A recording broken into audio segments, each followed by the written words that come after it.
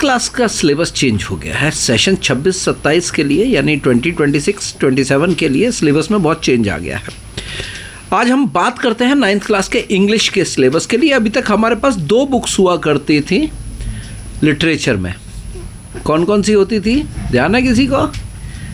जी, वही 2 बुक्स आपकी कौन कौन सी, जिसमें आपके पास बिहाइव और मोमेंट्स थी।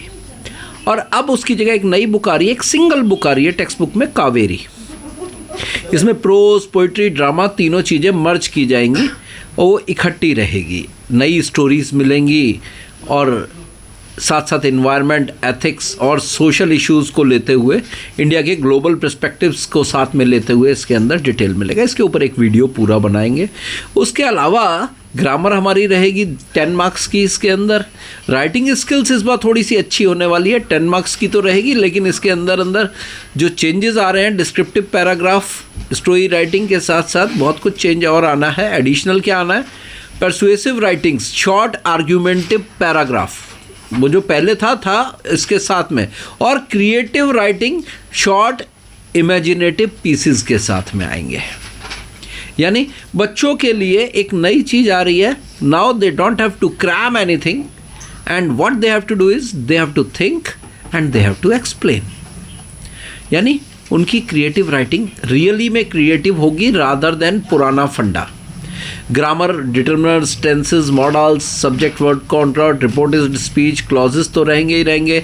उसकी एक्सरसाइज जैसे गैप फिलिंग की आती थी, एडिटिंग, ओमिशंस की आती थी, वैसे आएगी। लिटरेचर मैंने आपको बताया, लिटरेचर में जो फंडा रहना है वो बुक्स चेंज हो गई है।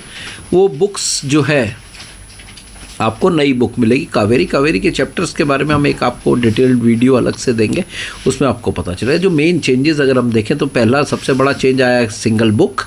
दूसरा आपके पास राइटिंग के अंदर परसुएसिव राइटिंग और लिटरेरी एनालिसिस के साथ में शॉर्ट रिसर्च बेस्ड राइटिंग आपके साथ जुड़ जाती है। इस बार ग्रामर में जो एम्फेसाइज एप्लीकेशन ऑफ ग्रामर का रहेगा, यानी आप ज़्यादा से ज़्यादा उसको और ज़्यादा अच्छे तरीके से एक्सप्लेनेशंस के साथ समझ सकेंगे, देख सकेंगे और करेंगे। Ultimately case based factual paragraph reading section में मिलेगा, साथ में विजुअल्स और डाटा भी मिलेंगे।